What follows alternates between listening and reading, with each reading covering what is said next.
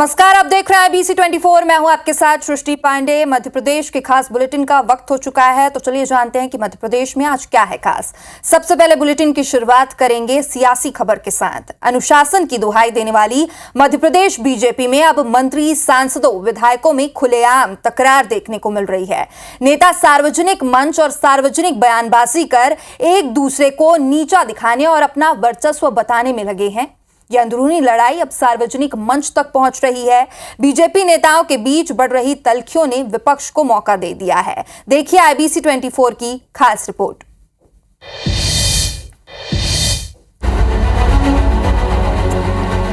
Cadre based organisation, अनुशासित और सबसे आदर्श संगठन, ये पहचान है मध्य प्रदेश बीजेपी के संगठन की। लेकिन अब ये पहचान गुटबाजी और अनुशासनहीनता में तब्दील होते जा रही है। ये हम नहीं कह रहे, ये पिछले कुछ दिनों में बीजेपी के बड़े नेताओं की आपसी बयानबाजी से सामने आया है। बीजेपी के कुछ नेताओं ने अपने ही लोगों के खिलाफ मोर्चा खोल दिया है। आइए आपको बताते हैं नेताओं के बीच आपसी खींचतान के कुछ मामले। विंध्य में देव तालाब विधायक गिरीश गौतम और मऊगंज विधायक प्रदीप पटेल एक दूसरे के खिलाफ बयानबाजी कर रहे हैं। विंध्य में ही रीवा सांसद जनार्दन मिश्रा और बीजेपी विधायक सिद्धार्थ तिवारी के बीच ठन गई है। बुंदेलखंड में पूर्व मंत्री भूपेंद्र सिंह और मंत्री गोविंद सिंह राजपूत के बीच बयानबाजी से आपसी खींचतान सामने आई। सीधी विधायक रीति पाठक ने डिप्टी सीएम को मंच से कहा था कि रीवा के साथ साथ ही सीधी का भी विकास करें। वहीं टीकमगढ़ सांसद वीरेंद्र कुमार खटीक के खिलाफ पूर्व मंत्री मानवेंद्र सिंह, विधायक ललिता यादव ने खोला था एक मोर्चा। हालांकि ये मामला प्रदेश संगठन की समझाइश के बाद शांत हुआ। डिप्टी सीएम राजेंद्र शुक्ल ने विधायक रीति पाठक से विवाद पर विकास के लिए प्रयास की बात कही, तो वहीं पूर्व मुख्यमंत्री उमा भारती ने नेताओं के बीच बढ़ती खींचतान पर नसीहत भी दी है। जनता पार्टी के विधायक कितने विकास के प्रति संवेदनशील और समर्पित हैं। क्षेत्र के विकास के लिए यदि कोई विधायक बात कर रहा है तो उसको हम लोग हमेशा सकारात्मक भाव से लेते हैं और पता करते हैं कि वास्तव में कहाँ ये जो बातें बता रही हैं, ये कहाँ पैसा मंजूर हुआ है। कांग्रेस तो खत्म हो चुकी है और ये जो स्टेट है मध्य प्रदेश, ये संगठन का स्टेट है। मध्य प्रदेश के लोगों की एक्सपर्टी है इसमें कि उनको कैसे शांत कर लेना, क्योंकि यहाँ संगठन की महत्ता ज़्यादा है, व्यक्ति की महत्ता कम है। आप स्मरण करिए मेरी पिछली प्रेस कॉन्फ्रेंस का, मैंने आपको ये कहा था कि व्यक्तियों का महत्व समाप्त हो गया है। बीजेपी नेताओं के विवादों पर सियासत भी हो रही है। विपक्ष को बैठे बिठाए बीजेपी पर सवाल उठाने का मौका मिल गया, तो वहीं भाजपा ने दावा किया है कि ये सब कांग्रेस में होता है, बीजेपी में आपसी समन्वय है। भाजपा के ये हश्र हो गया है कि भाजपा नेताओं का आपसी कलह जो है वो सार्वजनिक होता चला जा रहा है। पहले तो भारतीय जनता पार्टी अंदर ही अपने कलह को समाप्त कर देती थी, परंतु अब ये कलह जग जग में जाहिर हो चुका है। आप देखिए, कोई विधायक दूसरे विधायक को कहता है कि आप मुझसे बड़े हो गए हैं क्या। भारतीय जनता पार्टी में इस प्रकार की कोई खींचतान की जगह नहीं है, न किस प्रकार से इस प्रकार की बातें हैं। सभी समन्वय के साथ में काम कर रहे हैं। स्थानीय कार्यकर्ताओं की प्राथमिकता को लेकर कभी कभी विरोधाभासी बातें हो जाती, पर उससे कोई संगठन में नुकसान हो रहा है ऐसी बात नहीं है।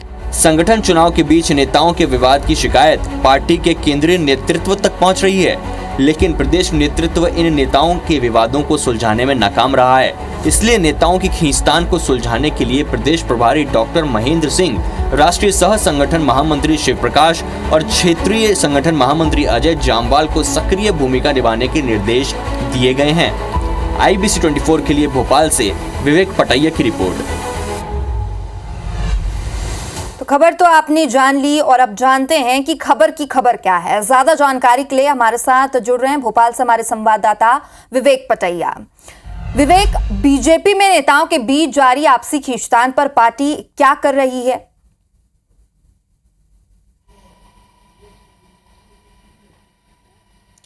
देखिए, सबसे बड़ी बात यह है कि अनुशासन की दुहाई बीजेपी देती है, कैडर बेस्ड ऑर्गेनाइजेशन अपनी पार्टी को कहती है, और सबसे बड़ी बात है कि जब कोई बयानबाजी, नेताओं की आपसी नाराजगी या गुटबाजी की बातें सामने आती है तो तत्काल उसको संगठन के द्वारा सुलझाया जाता है। लेकिन मध्य प्रदेश में पिछले कुछ दिनों से जिस तरह से सार्वजनिक बयानबाजी हो रही है, कई बार तो बंद कमरे में बयानबाजी, मीटिंग के अंदर बयानबाजी होती थी, एक दूसरे पर आरोप प्रत्यारोप लगते थे, लेकिन इस बार देखने में ये आ रहा है कि जो नेता है वो आपस में एक दूसरे पर सार्वजनिक मंचों से बयान दे रहे हैं, मीडिया के सामने बयान दे रहे हैं, एक दूसरे पर कीचड़ उछाल रहे हैं, एक दूसरे को नीचा करने की कोशिश कर रहे हैं।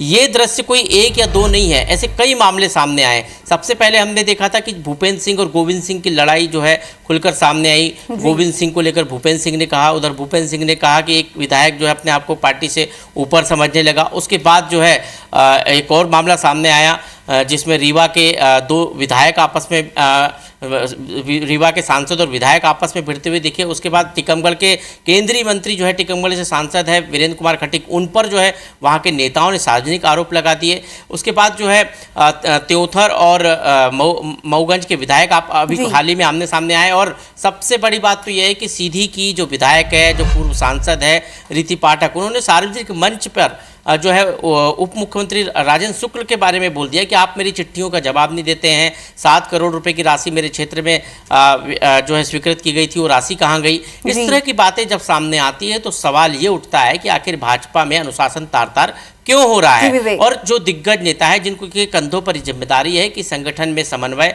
और इसके साथ ही जिन लोगों ने ये बयानबाजी की है या जो ऐसी बयानबाजी करते हैं उन पर समझाइश क्यों नहीं दी जाती। अब केंद्रीय नेतृत्व को इस पर संज्ञान लेना पड़ रहा है और कहा जा रहा है कि केंद्रीय नेताओं की जो टीम है वो मध्य प्रदेश में इस तरह की बयानबाजी पर रोक लगाएगी। विवेक, क्या दूसरी पार्टी से नेताओं को बीजेपी में लाने के कारण की वजह, खींचतान की वजह मुख्य बनी हुई है?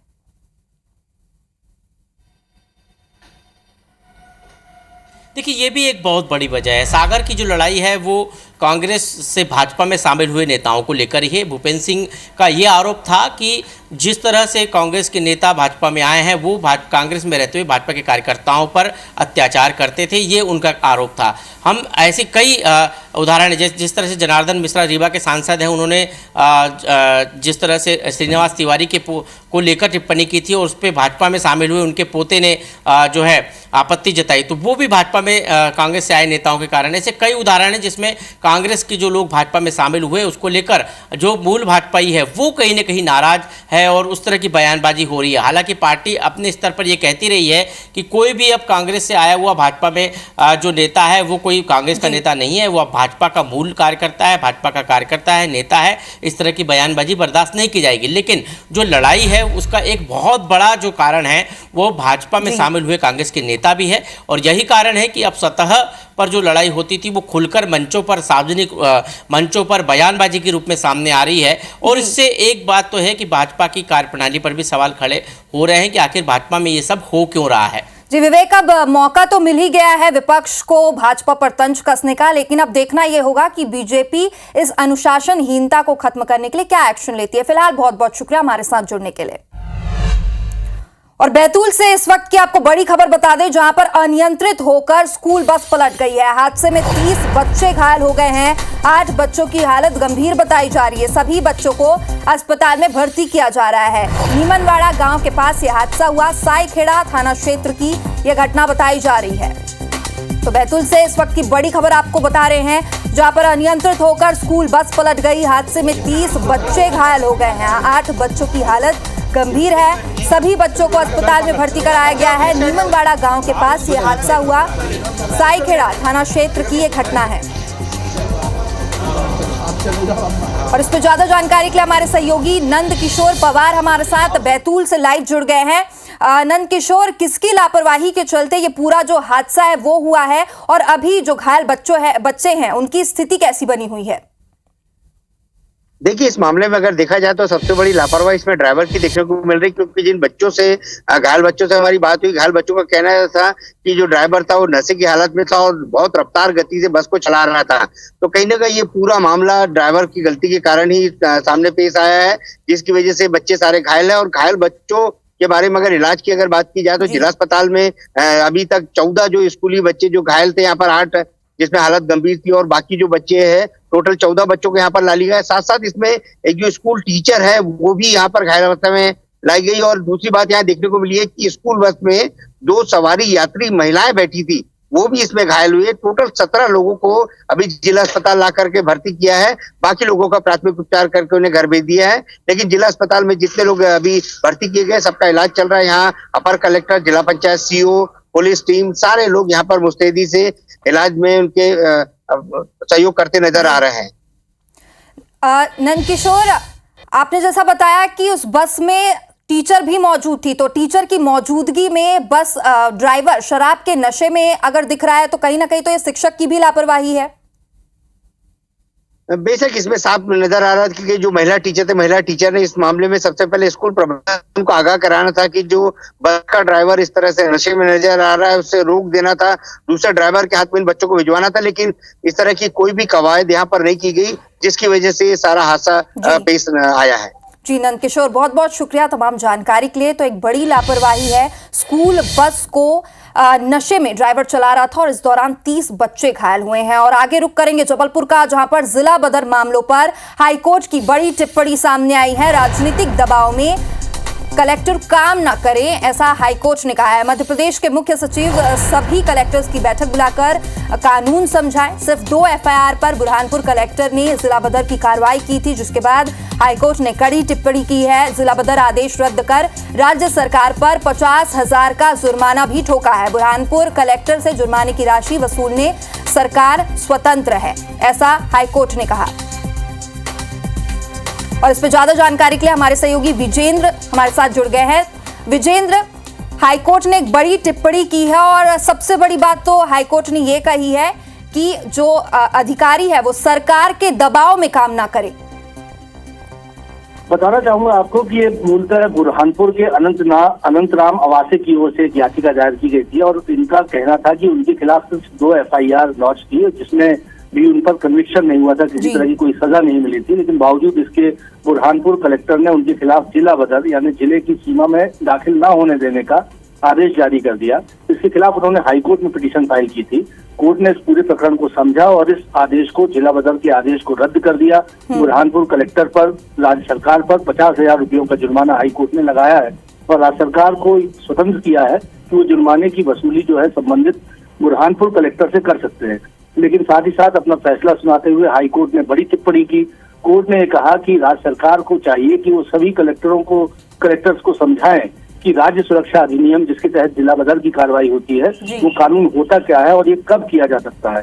और साथ ही साथ कोर्ट ने इस रवैये पर नाराजगी जताई, हैरानी जताई और ये कहा कि इस मामले पर मुख्य सचिव को सभी कलेक्टर्स की बैठक लेना चाहिए और कार्रवाई जिला बदर की इस तरह से ना हो, वो उस पर ध्यान देना चाहिए। कोर्ट ने यह भी बड़ी टिप्पणी की कि कलेक्टर्स किसी भी तरह की ऐसी कार्रवाई करने में कोई भी राजनीतिक दबाव में ना आए, किसी तरह के कोई दबाव में ना आए और कानूनी तौर पर कार्रवाई कर रहे हैं। तो जिला बदर के मामले जो मध्य प्रदेश में तेजी से बढ़ रहे हैं, उस पर कोर्ट का ये एक बड़ा आदेश है, जिस पर कोर्ट ने जिला बदर की एक कार्रवाई को रद्द किया है, 50,000 का जुर्माना ठोका है और साथ ही साथ कलेक्टर्स को ये ताकीद दी है कि वो राजनीतिक दबाव या किसी दबाव में जिला बदर की कार्रवाई ना करें। जी विजेंद्र, बहुत बहुत शुक्रिया तमाम जानकारी के लिए।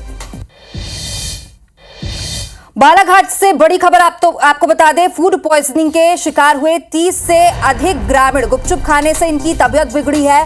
पीड़ितों में कई बच्चे भी शामिल हैं। जिला अस्पताल में इन सभी को भर्ती कराया गया और इनका इलाज जारी है। स्वास्थ्य विभाग की टीम रट्टा गांव पहुंची है और जो पीड़ित है उनकी जानकारी ले ली है। तो फूड पॉइजनिंग के 30 से अधिक ग्रामीण शिकार हो गए हैं और गुपचुप खाने से इनकी तबीयत बिगड़ी है। इस पीड़ितों में कई बच्चे भी शामिल हैं जिनको जिला अस्पताल में भर्ती कराया गया है और इनका इलाज जारी है।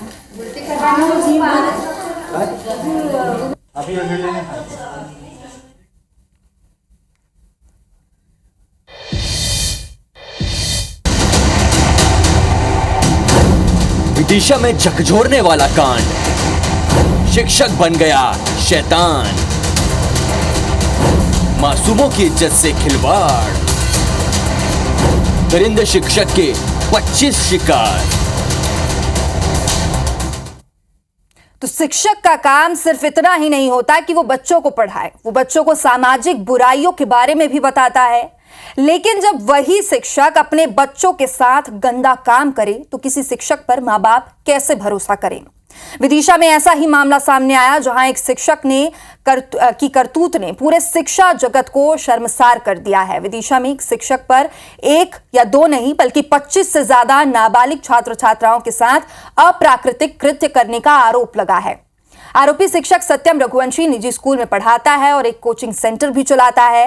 पीड़ितों का आरोप है कि पढ़ाई के दौरान आरोपी शिक्षक स्टूडेंट्स के साथ अप्राकृतिक कृत्य करता था और इतना ही नहीं, ये शिक्षक उनका वीडियो बनाकर छात्रों को ब्लैकमेल भी करता था। वीडियो लीक होने के बाद पूरे मामले का खुलासा हुआ। छात्रों की शिकायत के बाद पुलिस ने आरोपी शिक्षक को अब गिरफ्तार किया है।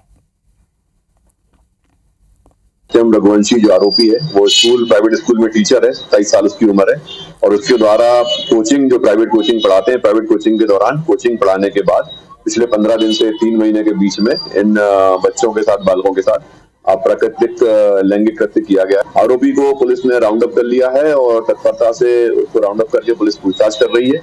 प्रकरण में सारे एविडेंस लेकर सक्षम और सख्त कार्रवाई इसमें की जाएगी। और शिक्षक की ये दरिंदगी कई सवाल खड़े करती है। मध्य प्रदेश में बैठ चुका ही एक और मामला सामने आया। ताजा मामला उमरिया का है, जहां पर ग्राम कौड़िया के कुदारी टोला के छात्राओं ने शासकीय स्कूल के शिक्षक पर छेड़छाड़ कर गलत तरीके से छूने और गलत हरकतें करने के आरोप लगाए हैं। छात्राओं के आरोपों के बाद परिजनों ने इसकी शिकायत पुलिस से की और वहीं मामले को गंभीरता से लेते हुए पुलिस आरोपी शिक्षक के खिलाफ केस दर्ज कर लिया है और आगे की कार्रवाई में जुट गई है।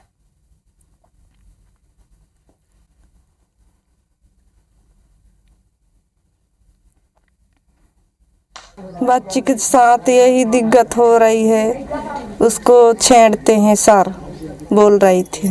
कौन सर छेड़ते हैं?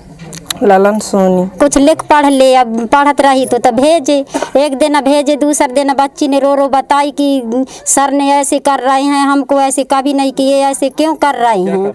माध्यमिक स्कूल है, उसकी कुछ बच्चियों के परिजनों ने दिया है और उन्होंने आरोप लगाया है कि वहाँ का जो एक शिक्षक है ललन सोनी, उसके द्वारा बच्चियों को गलत तरीके से छुआ जाता है।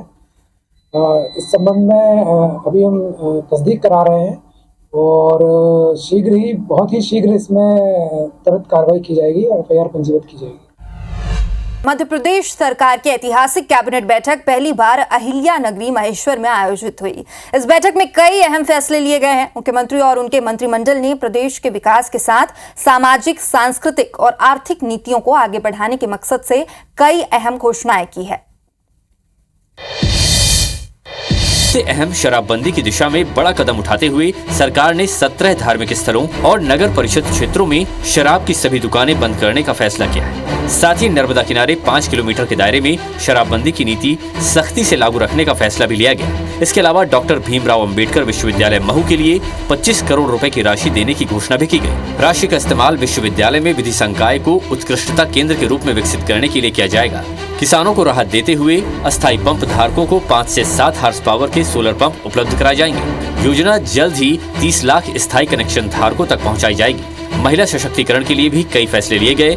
वुमेन लीड डेवलपमेंट मिशन के तहत महिलाओं के सामाजिक और आर्थिक विकास को प्राथमिकता दी जाएगी। इसमें महिलाओं की शिक्षा, स्वास्थ्य, पोषण और सुरक्षा के लिए नई योजनाओं की शुरुआत की जाएगी। बालिकाओं की शिक्षा में बढ़ोतरी और बाल विवाह रोकने के लिए भी सख्त कदम उठाए जाएंगे। भोपाल के लिए 180 करोड़ की लागत से नया पुल बनाने की भी मंजूरी दी गई है। साथ ही ग्रीन कॉरिडोर के सफल संचालन के बाद राज्य में स्वास्थ्य सेवाओं को और बेहतर बनाने पर जोर रहेगा।